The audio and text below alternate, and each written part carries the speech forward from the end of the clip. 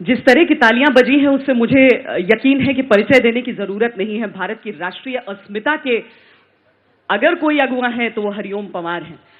लेकिन एक बात है कि सरकारों के खिलाफ लिखने का जिक्र किया था मीनाक्षी ने। सरकारों में दोस्त भी रहते हैं, लेकिन इनके लिखावट की वजह से, इनके लिखने की वजह से, वो इनकी लेखनी की वजह से दुश्मन भी हो जाते हैं। सिंहासन से कभी आपकी दोस्ती नहीं रहती है?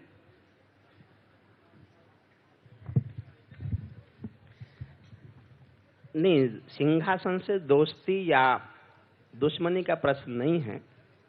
मैं देश की जनता के दर्द का, देश की जनता की पीड़ा का गायक हूं। देश की जनता का दर्द गाऊंगा।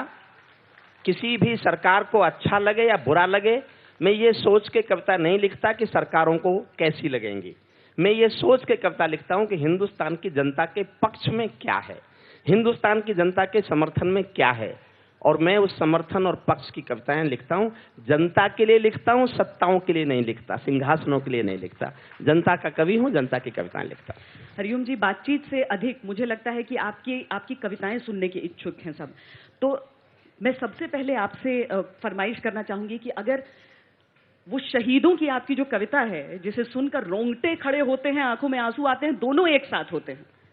मुझे भी वो कविता अपनी जब मैंने लिखी थी, मुझे थोड़ी खुशी हुई थी कि मैंने शायद शहीदों को श्रद्धांजलि दी।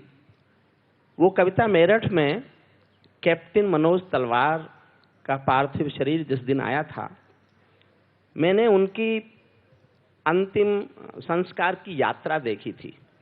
मैं बहुत पीछे था, बहुत भारी भीड़ थी उस कार्यक्रम में, संस्कार की यात्रा में बहुत पीछे था मैं भीड़ में। मैं वहां, क्योंकि भीड़ में बहुत लोगों की आंखों में आंसू थे, तो मेरी भी आंख भर आई और तब मैंने एक कविता लिखी।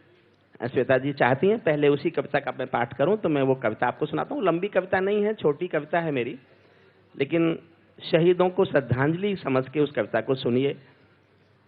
जब करगिल में लोग शहीद थे, और ये परंपरा पहली बार उस सरकार ने की थी कि पहले तो केवल सेना में किसी का देहांत होता था या कोई शहीद होता था, तो उसका केवल ट्रंक आता था, जिस बक्से में उसका सामान होता था, शव नहीं आते थे। श्री अटल बिहारी वाजपेयी जी की सरकार ने पहली बार ये व्यवस्था की कि शव भी आएगा, सामान की चिंता नहीं है, हर शव का अंतिम संस्कार होगा। उससे पहले सिपाहियों के शव नहीं आते थे, अफसरों के शव आते थे। वाजपेयी साहब की सरकार ने उस अंतर को दूर किया। कविता सुनिए, जहां अच्छा लगे। मुझे यही लग रहा है कि मैं, क्योंकि कवि सम्मेलन का आदमी हूं, चैनल पर, आज तक चैनल पर मैं पहली बार आया हूं। मैं विनोद मिश्रा जी का आभारी हूं कि उन्होंने मुझे मजबूर किया कि मुझे आना ही चाहिए। मैं वो कविता सुनाता हूं, सुनिएगा।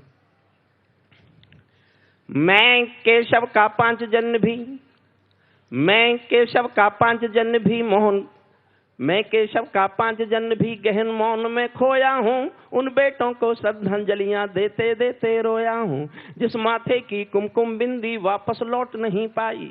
चुटकी झुमके पायल ले गई कुर्बानी की यमराई, कुछ चुटकी झुमके पायल ले गई कुर्बानी की यमराई।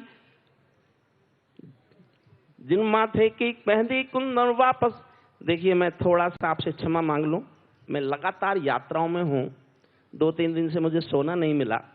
अगर मैं भूल जाऊं, या तो क्योंकि ये भी पहली बार हो सकता है मैं जनता के सामने चैनल पर पढ़ रहा हूं, तो इसके कारण भी मैं बड़ा अभिभूत हूं इससे। और जिस तरह से मेरे नाम पर आप लोगों ने तालियां बजाई, तो मुझे लगा नहीं कि आप में से कोई मुझे नहीं जानता। मैं फिर से पढ़ता हूं। मैं केशव का 5 जन्म भी गहन मौन में खोया हूँ। उन बेटों की याद कहानी लिखते लिखते रोया हूँ, जिस माथे की कुमकुम बिंदी वापस लौट नहीं पाई। चुटकी झुमके पायल ले गई कुर्बानी की यमराई, कुछ बेटों की झुमके चुटकी पायल ले गई कुर्बानी की यमराई। मैंने इस कविता को क्योंकि बहुत दिन से पढ़ा नहीं है और मुझसे मांग कर दी गई, कोई मुझे याद आ जाएगी। इसको बाद में मैं पढ़ते, इसको बाद में पढ़ देंगे। हाँ, इसको बाद में पढ़ देंगे। अब श्वेता जी, और किसी कविता की फरमाइश हो या मैं मेरी मर्जी से कोई कविता पढ़ दूं? बिल्कुल यही करते, मैं यही बोलने वाली थी आपसे। मैं कश्मीर भी सुनाऊंगा। उससे पहले एक छोटी सी कविता जिससे मुझे बुलाया गया, उस कविता का 1-2 छंद सुन लीजिएगा। उसके बाद मैं आपको कश्मीर भी सुनाऊंगा और वर्तमान सरकार पर भी सुनाऊंगा, मैं काले धन पर भी सुनाऊंगा, मैं हर विषय पर आपको कविताएं सुनाऊंगा। मैं पहले जिस कविता से मुझे बुलाया आदरणीय मीनाक्षी जी ने, मैं उसका कुछ अंश पढ़ना चाहता हूं।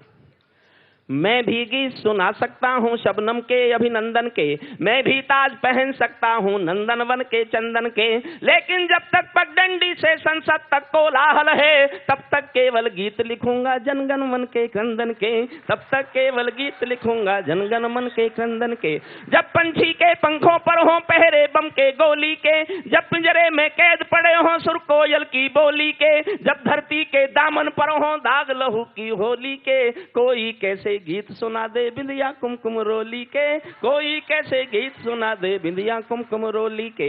मैं झोपड़ियों का चारण हूं, मैं एक झोपड़ी का बेटा हूं, मैं झोपड़ी झोपड़ी के आंसू आंसू की वेदना वेदना का दर्द गाने की हिम्मत करता रहा हूं आज तक। किसान का बेटा हूं मैं, और मैं किसान का बेटा हूं।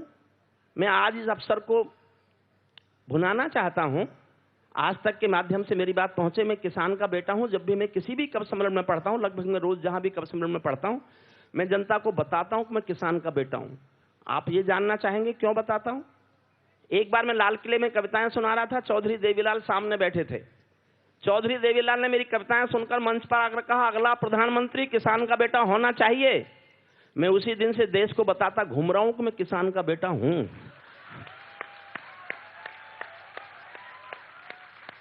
मैं झोपड़ियों का चारण हूँ आंसू गाने आया हूँ, मैं झोपड़ियों का चारण हूँ आंसू गाने आया हूँ, घायल भारत माता की तस्वीर दिखाने लाया हूँ, घायल भारत। एक दो चित्र दिखाता हूँ, बस एक चित्र।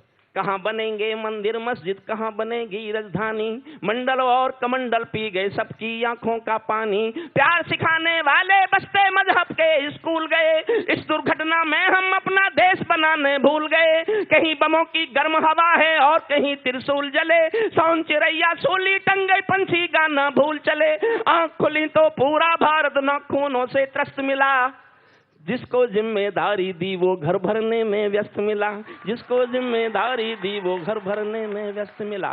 क्या यही सपना देखा था भगत सिंह की फांसी ने, क्या यही सपना देखा था भगत सिंह की फांसी ने, राजघाट पर सोए गांधी तुझे जगाने आया हूँ, घायल भारत माता की। एक और चित्र देखिए, एक और चित्र देखिए, और मैं जानना चाहता हूं कितने मन से, कितने उत्साह से आपने सुना। आपकी तालियां ही बता सकती हैं आपने किस मन से मेरा ये चित्र देखा। अंधकार में समा गए जो तूफानों के बीच जले, अंधकार में समा गए। छठी पंक्ति पर देखना चाहता हूं आपको कितना पसंद किया मेरे इस चित्र को। अंधकार में समा गए जो तूफानों के बीच जले, मंजिल उनको मिली कभी जो 4 कदम भी नहीं चले, क्रांति कथा में गौन पड़े हैं गुमनामी की बाहों में, गुंडे तस्कर तने खड़े हैं राजमहल की राहों में। या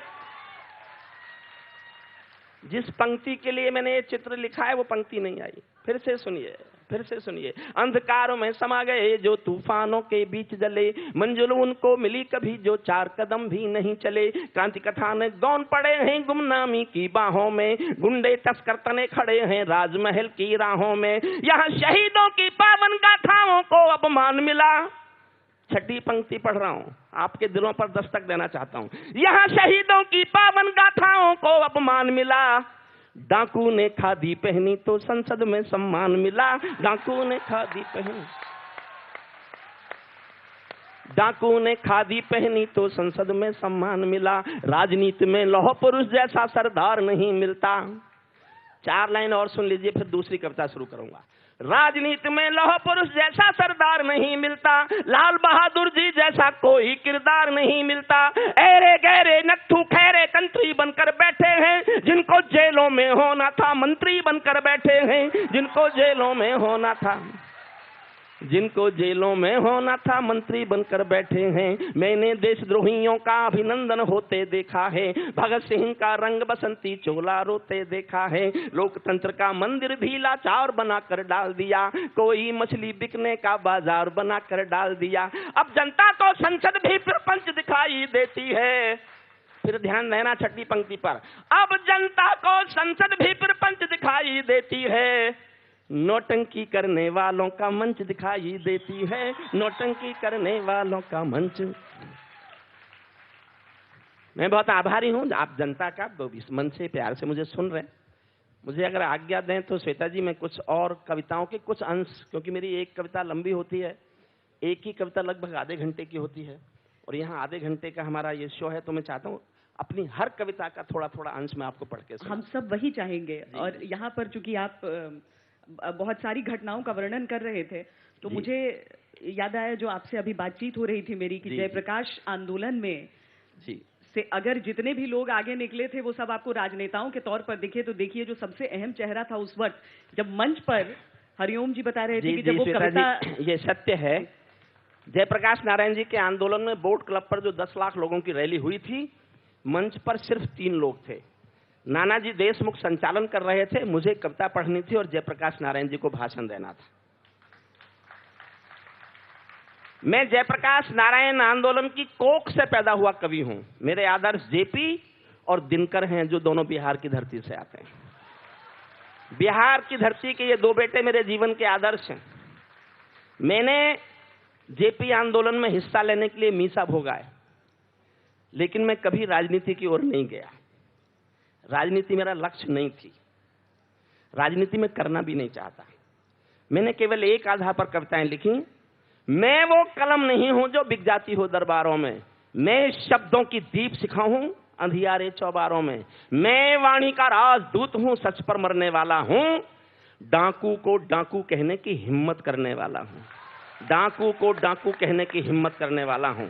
मेरी कलम वचन देती है अंधियारों से लड़ने की, मेरी कलम वचन देती है अंधियारों से लड़ने की, राजमहल के राज मुकुट के आगे तनकर अड़ने की। उस कवि का मर जाना ही अच्छा है जो खुददार नहीं, देश जले मैं कुछ ना बोलूं, मैं ऐसा गद्दार नहीं, देश जले मैं कुछ ना बोलूं। श्वेता जी, आपको आश्चर्य होगा, अभी जो भारत सरकार ने, मोदी जी ने काले धन पर कदम उठाया है, बड़े नोट बंद करने का, मैं इसके लिए हिंदुस्तान में 5 साल चीखा हूं।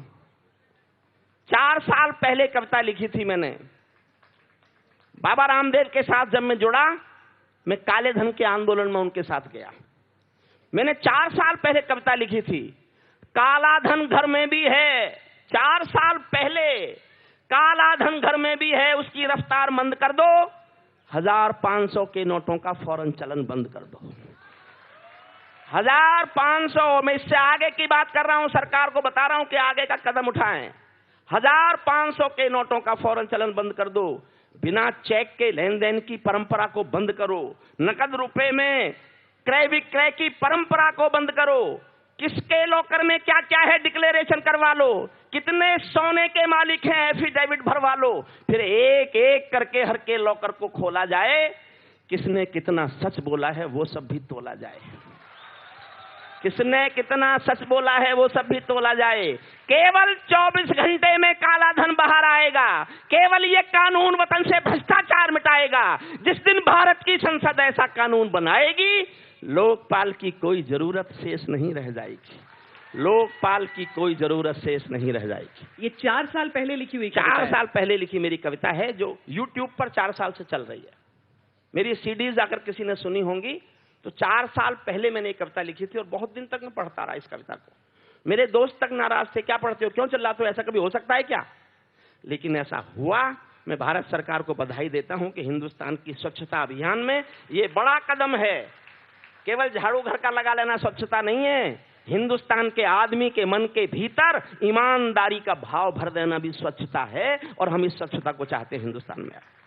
श्वेता जी, मेरा मन है, मैं अक्सर बोलता हूं, ये मुल्क आस्थाओं का मुल्क है, निष्ठा का मुल्क है, मूल्यों का मुल्क है, संस्कारों का मुल्क है, संस्कृति का मुल्क है। क्या है इस मुल्क की आस्था का कारण? छोटी सी घटना सुनाता हूं 10 सेकंड की। एक बाप बेटी जा रहे थे किसी रास्ते में, उस रास्ते में तेज बाढ़ का पानी मिल गया उनको। दोनों घबराए, कैसे पार करेंगे। पिता ने हिम्मत करके कहा कि बेटी डरो मत, तुम मेरा हाथ पकड़ लो, हम पार निकल जाएंगे। बेटी ने कहा, पापा मैं आपका हाथ नहीं पकड़ूंगी, आप मेरा हाथ पकड़ लो। पापा ने कहा, क्या फर्क पड़ता है बेटी, मैंने तुम्हारा हाथ पकड़ा कि तुमने मेरा हाथ पकड़ा? जवाब सुनना साहब, अच्छा लगे तो उठाना एक बार आकाश भर तालियां। पिता ने कहा, बेटी क्या फर्क पड़ता है, तुमने मेरा हाथ पकड़ा कि मैंने तुम्हारा हाथ पकड़ा? बेटी ने कहा, पापा बहुत फर्क पड़ता है, मैं आपका हाथ किसी मजबूरी में, अपने स्वार्थ में छोड़ भी सकती हूं, लेकिन एक बाप अपनी बेटी का हाथ किसी हाल में कभी नहीं छोड़ेगा, इसलिए मेरा हाथ पकड़, इसलिए मेरा हाथ पकड़। अभी बहुत कश्मीर की चर्चा है। आदरणीय श्वेता जी चाहती थी कि मैं कश्मीर पढ़ूं, विकास मिश्रा जी ने मुझे कश्मीर पर जरूर पढ़ो। कश्मीर की पुरानी कविता भूल जाइए, जो आज कश्मीर के हालात हैं उस पर कविता सुनिए। मैं उस पर कविता सुनाता हूं आपको। ये आतंकों के गालों पर बड़ी चर्चा हुई, सर्जिकल स्ट्राइक हो गई, सर्जिकल स्ट्राइक हो गई।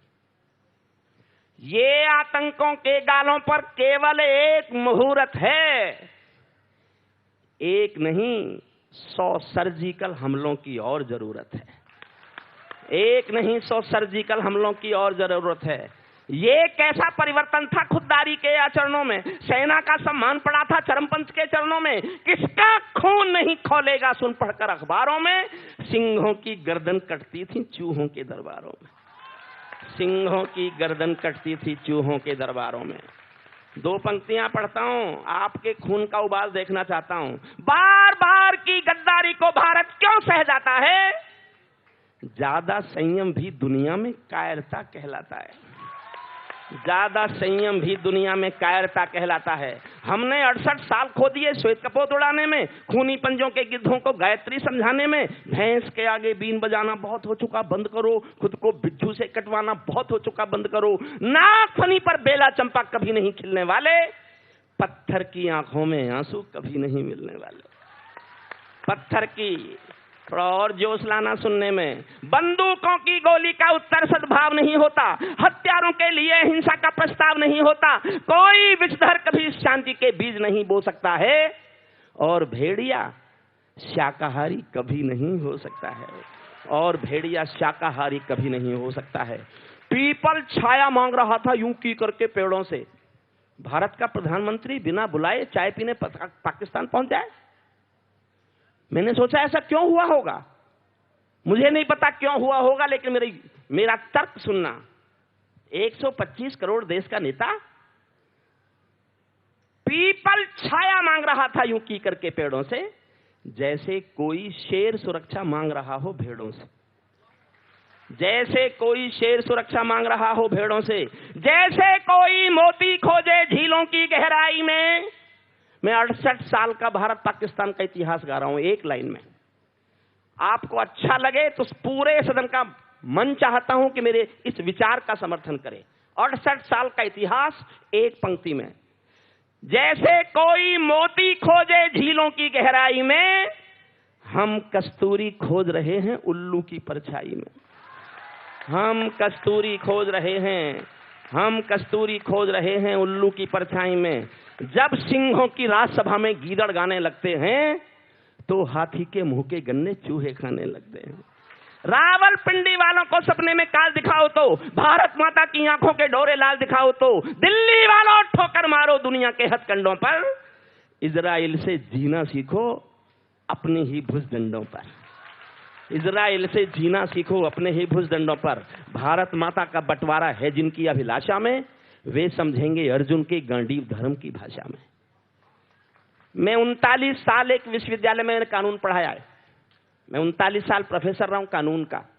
ये भाषा कभी नहीं बोला जो आज श्वेता जी के मंच पर बोल रहा हूं। आज तक से मेरा विचार जाए, और मैं जानना चाहता हूं इस देश के लोग मेरे विचार के कितने समर्थक हैं। हम रोज तिरंगे में लिपटी हुए बेटों के शव लाते हैं, रोज सीमा से रोज कोई ना कोई बेटे का शव आता है। क्या करें, दुखी होके क्या लिखें? 4 लाइन लिखी मैंने।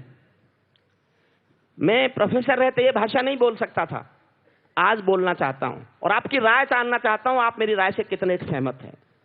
भारत माता का बंटवारा है जिनकी अभिलाषा में, वे समझेंगे अर्जुन के गांडीव धर्म की भाषा में। फूल अमन के कभी नहीं खिलते कायर पर पार्टी में, नेहरू जी के श्वेत कबूतर मरे पड़े हैं घाटी में। दिल्ली वालों अपने मन को बुद्ध करो या क्रुद्ध करो, कश्मीर को दान करो या गद्दारों से युद्ध करो।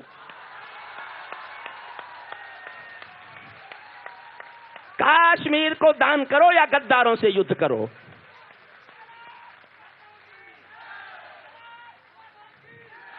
मेरे साथ लगाइए नारा, भारत माता की।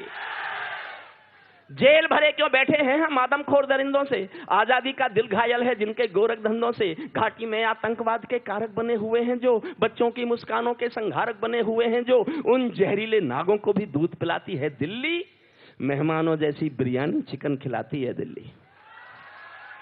जिनके कारण पूरी घाटी जली दुल्हन सी लगती है, पूनम वाली रात चांदनी चंद्र ग्रहण सी लगती है, जिनके कारण माँ की बिंदी दाग दिखाई देती है, वैष्णो देवी माँ के घर में आग दिखाई देती है, उनके पैरों बेड़ी जकड़े जाने में देरी क्यों है?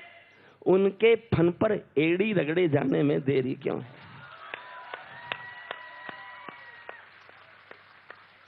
आगे पढ़ता हूं, जो लाइन पढ़ने जा रहा हूं, जो मैंने लिखी, मैं खुद रोया, लिख के खुद रोया अपनी व्यवस्था पर, अपनी सरकार के हालात पर। कश्मीर में एक विदेशी देश दिखाई देता है, संविधान को ठुकराता प्रवेश दिखाई देता है। वे घाटी में भारत के झंडों को रोज जलाते हैं, सेना पर हमला करते हैं, खूनी फाग मनाते हैं। हम दिल्ली की खामोशी पर शर्मिंदा रह जाते हैं, भारत मुर्दाबाद बोलकर वे जिंदा रह जाते हैं।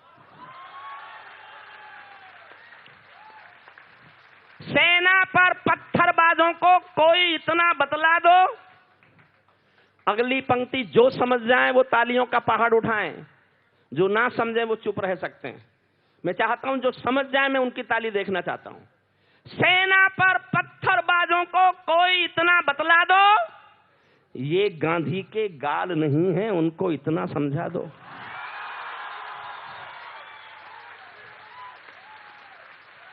ये गांधी के गाल नहीं है।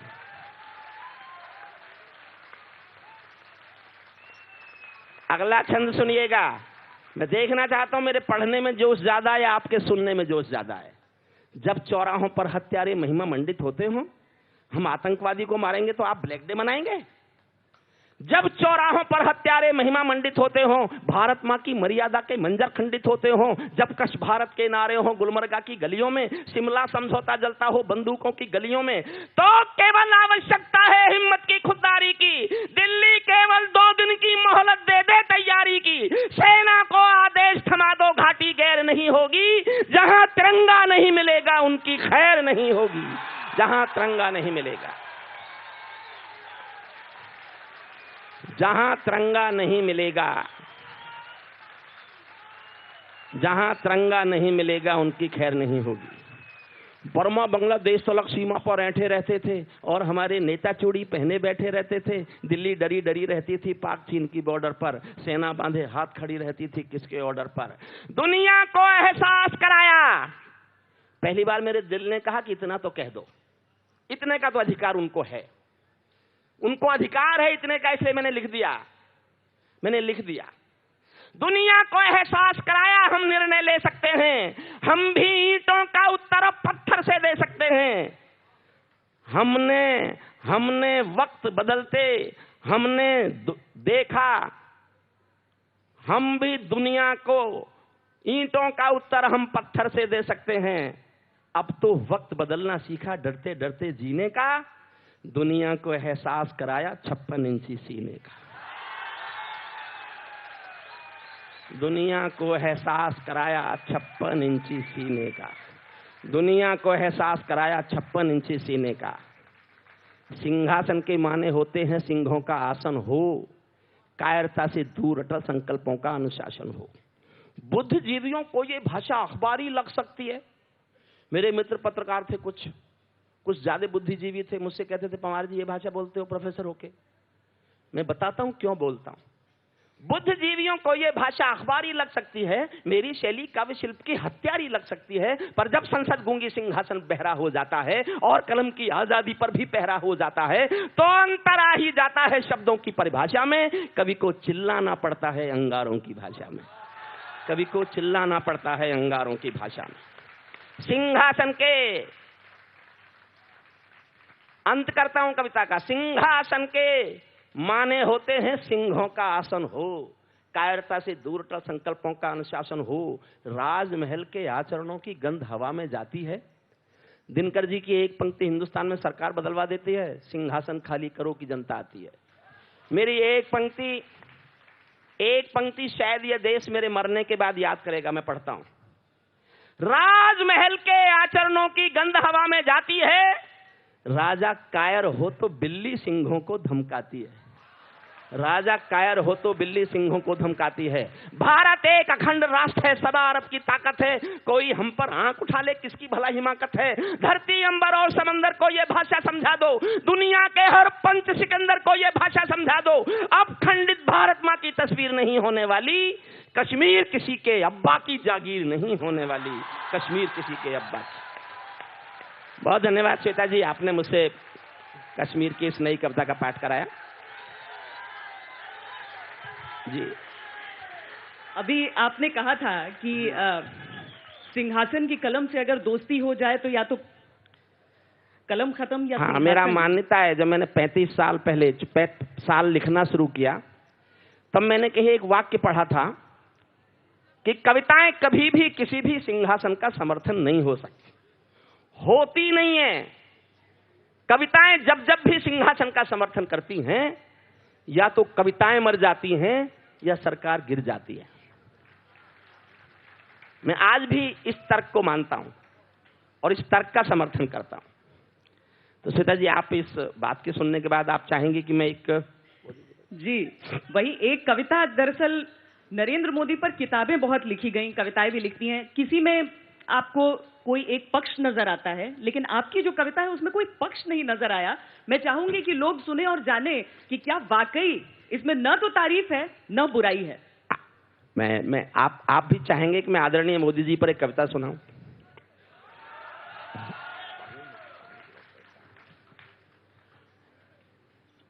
किसी प्रधान पर बोलने से पहले पानी पी लेना चाहिए।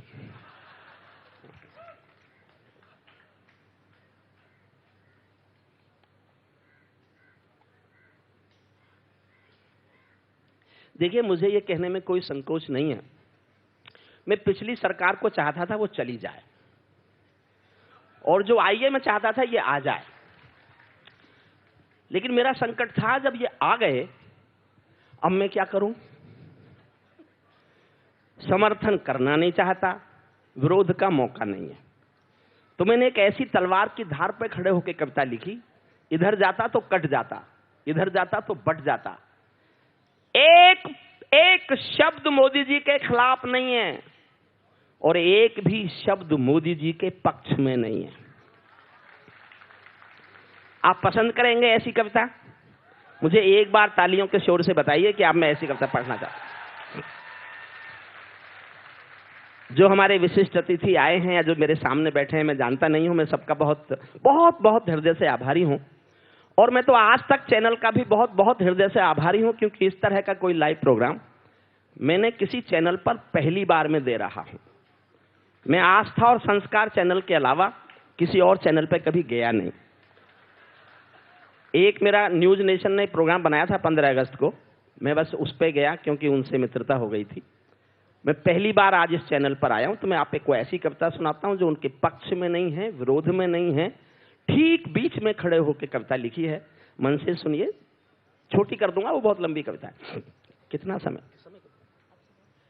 मुश्वेता जी ने कह दिया आप तो सुनाते रहिए और आप भी सुनते रहिए, कोई चिंता नहीं। मेरे पास अभी कई कविताएं, और शहीदों वाली याद आ जाएगी, समापन उसी से करूंगा। ये मुझे आश्चर्य है कि जिस कविता को मैं पिछले 14 साल से पढ़ रहा हूं, मैं आज भूल कैसे गया। या तो मैं इसका मुझे बहुत ज्यादा अनुभव नहीं है, इस वैभव का, इस सम्मान का मुझे बहुत अनुभव नहीं है, मैंने कभी इतना सम्मान और वैभव जिया नहीं है। पहली बार आज तक ने सम्मान दिया, विकास मिश्रा जी ने, श्वेता जी ने सम्मान दिया, तो या तो मैं थोड़ा अतिरेक में आ गया हूं, अति भावुक हो गया हूं। सुनिए कविता, और मैं अपनी निष्पक्षता पर आपकी मोहर चाहता हूं। मैं ताजों के लिए समर्पण वंदन गीत नहीं गाता, मैं ताजों के लिए समर्पण वंदन गीत नहीं गाता, दरबारों के लिए कभी अभिनंदन गीत नहीं गाता, गौन भले हो जाऊं लेकिन मौन नहीं हो सकता मैं।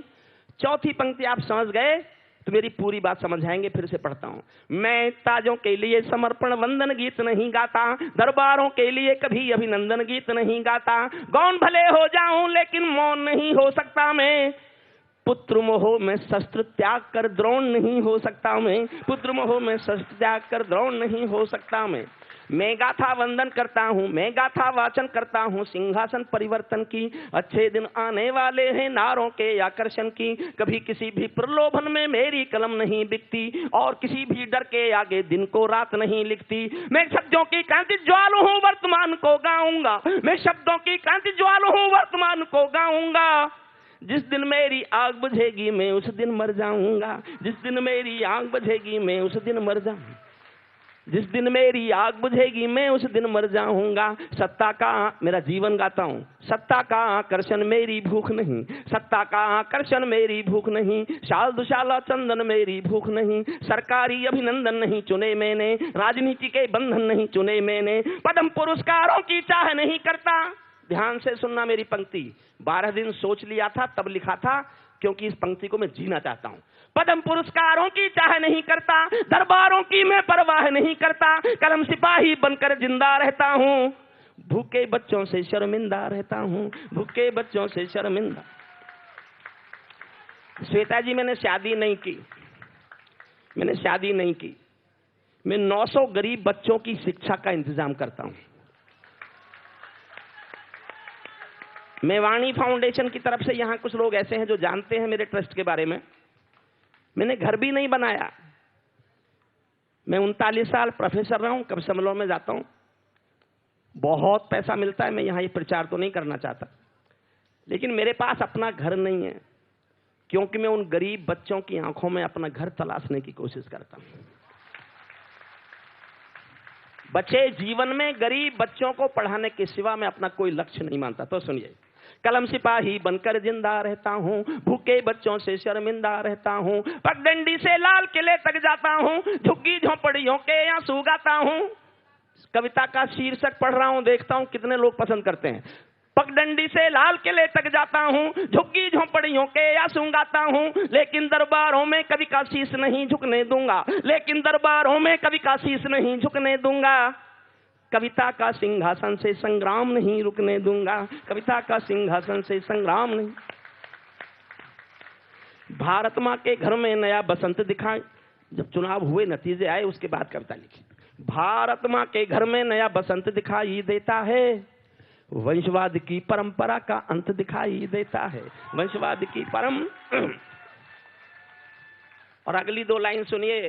कुछ लोगों ने कहा साहब ये तो आपने पक्ष लिख दिया। पक्ष नहीं है, पक्ष नहीं है, दिल से सोचना। भारत माँ के घर में नया बसंत दिखाई देता है, वंशवाद की परंपरा का अंत दिखाई देता है। तुमने उस दिन परंपरा का सूरज एक उगाया था, तुमने उस दिन परंपरा का सूरज एक उगाया था, जिस दिन तुमने संसद की चौखट पर शीश झुकाया था, जिस दिन तुमने संसद की चौखट पर शीश झुकाया था। बहुत बधाई देता हूं मैं परिवर्तन के नायक को। मैं भी जानता हूं उनको, मैं भी उठता बैठता था उनके साथ प्रधानमंत्री बनने से पहले। मैंने बहुत साथ चाय पिए उनके बैठ के। अपना रिश्ता तय करता हूं और इस रिश्ते पर आपका प्यार मांगता हूं। बहुत बधाई देता हूं मैं परिवर्तन के नायक को, बहुत बधाई देता हूं मैं परिवर्तन के नायक को, लेकिन कैसे मर जाने दूंगा आंसू के गायक को। आप विजय के जननायक हो, मैं पीड़ा का गायक हूं, आप विजय के जननायक हो, मैं पीड़ा का गायक हूं। आप राजपथ के नायक हो, मैं जनपथ का नायक हूँ, आप राजपथ के नायक हो, मैं जनपथ का नायक हूँ। निर्वाचन ने सौंपा है सम्मान तुम्हारे हाथों में, लोकतंत्र की मां संसद का मान तुम्हारे हाथों में, संविधान के पालन का अरमान तुम्हारे हाथों में, तिलक गोखले गांधी का वरदान तुम्हारे हाथों में, अमर तिरंगे की सौंपी है शान तुम्हारे हाथों में। सौंप दिया है पूरा हिंदुस्तान तुम्हारे हाथों में, सौंप दिया है पूरा हिंदुस्तान।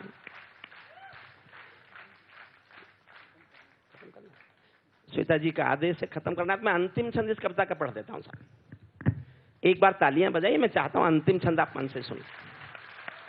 मैंने जिस छंद के लिए कविता लिखी वो अंतिम छंद पढ़ देता हूं। ये सौगंध तुम्हारी है मैं देश नहीं बिकने दूंगा, ये सौगंध तुम्हारी है, मैं देश नहीं बिकने दूंगा, देश नहीं मिटने दूंगा, मैं देश नहीं झुकने दूंगा। है मेरा विश्वास कभी सौगंध नहीं तोड़ोगे तुम, भारत माँ की सेवा का अनुबंध नहीं छोड़ोगे तुम। ऐसा कुछ कर जाओ पूरा देश देखता रह जाए, देश नहीं भूमंडल का परिवेश देखता रह जाए। ऐसा कुछ कर जाओ पूरा।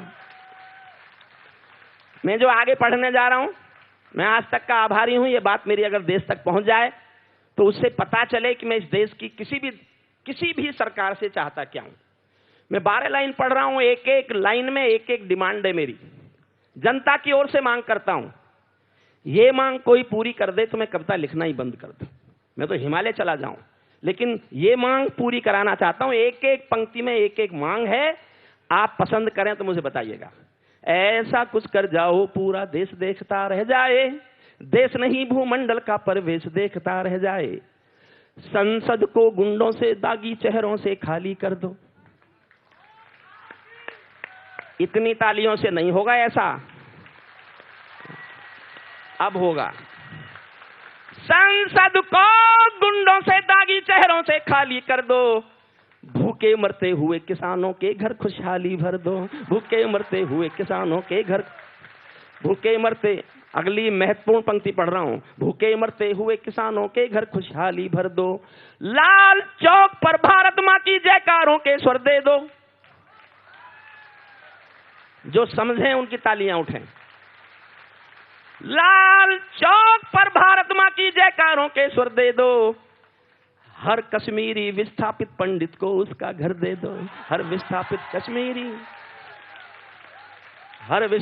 कश्मीरी पंडित को उसका घर दे दो। हर विस्थापित कश्मीरी पंडित को उसका घर दे दो। खेलों को नेताओं से पूंजीपतियों से मुक्त करो। खेलों को नेताओं से पूंजीपतियों से मुक्त करो। माँ बेटी बहनों का जीना स्वाभिमान से युक्त करो। झोंपड़ियों को मत सिखलाओ तौर तरीका जीने का। उन्हें मैसर कर दो केवल अच्छा पानी पीने का। उन्हें मैसर कर दो केवल अच्छा पानी पीने का। नंगे बदन लिए फिरते हैं ख्वाहिश एक लंगोटी की। खाली पेट लिए बैठे हैं उम्मीदें 2 रोटी की। कहीं भूख से कोई बच्चा मर ना जाए याद रहे। 10 करोड़ भूखी पीढ़ी की याद तुम्हें फरियाद रहे। तुम चाहो तो भारत के घर घर को देवालय दे दो, लेकिन सबसे पहले झोंपड़ियों को शौचालय दे दो। लेकिन सबसे पहले झोंपड़ियों को शौचालय दे दो। ऐसा कुछ कर जाओ पूरा देश देखता रह जाए, देश नहीं भूमंडल का परिवेश। अंतिम पंक्तियां पढ़ रहा हूं। ऐसा लगे कि सबका साथ तुम्हारे दिल की इच्छा है, सामाजिक सद्भाव तुम्हारी सबसे बड़ी परीक्षा है। ऐसा लगे कि गुजराती बेटा, देखो साहब इतना तो मैं भी मानता हूं, मैंने एक लाइन में पक्षपात कर दिया है बस। मैं उन्हें पसंद करता था, पसंद करता हूं। कलम का विचार नहीं बदलेगा, कलम सत्ता से संघर्ष करेगी, लेकिन एक लाइन में तो पक्षपात करने का अधिकार मुझे देना। अंतिम पंक्तियों में पक्षपात है, बस अंतिम एक पंक्ति में सुनिए। ऐसा कुछ कर जाओ पूरा देश देखता रह जाए, देश नहीं भूमंडल का परिवेश देखता रह जाए। देश नहीं भूमंडल का, ऐसा लगे कि सबका साथ तुम्हारे दिल की इच्छा है। सामाजिक सद्भाव तुम्हारी सबसे कड़ी परीक्षा है। सामाजिक सद्भाव तुम्हारी सबसे कड़ी परीक्षा है। ऐसा लगे कि गुजराती बेटा गांधी का सपना है। ऐसा लगे कि भारत का सरपंच हमारा अपना है। ऐसा लगे कि सवा अरब की आबादी का दमखम हो। ऐसा लगे कि भारत की सब तहजीबों का संगम हो। ऐसा लगे कि देशद्रोहियों को तुमने धिक्कार दिया। ऐसा लगे कि भारत माँ का हर दुश्मन ललकार दिया। ऐसा लगे कि काले धन का पूरा खेल हिल गया है। काश लगे कि दिल्ली को सरदार पटेल मिल गया है। काश लगे कि दिल्ली। बहुत बहुत आभार श्वेता जी, बहुत बहुत धन्यवाद। बहुत धन्यवाद आपका। मैं किसी में आज तक चैनल का, विकास मिश्रा जी का, श्वेता जी का बहुत आभारी हूँ, और आप सबके प्यार का बहुत आभारी हूँ कि आपने मुझे बहुत प्यार से सुना, मन से सुना। बहुत बहुत धन्यवाद।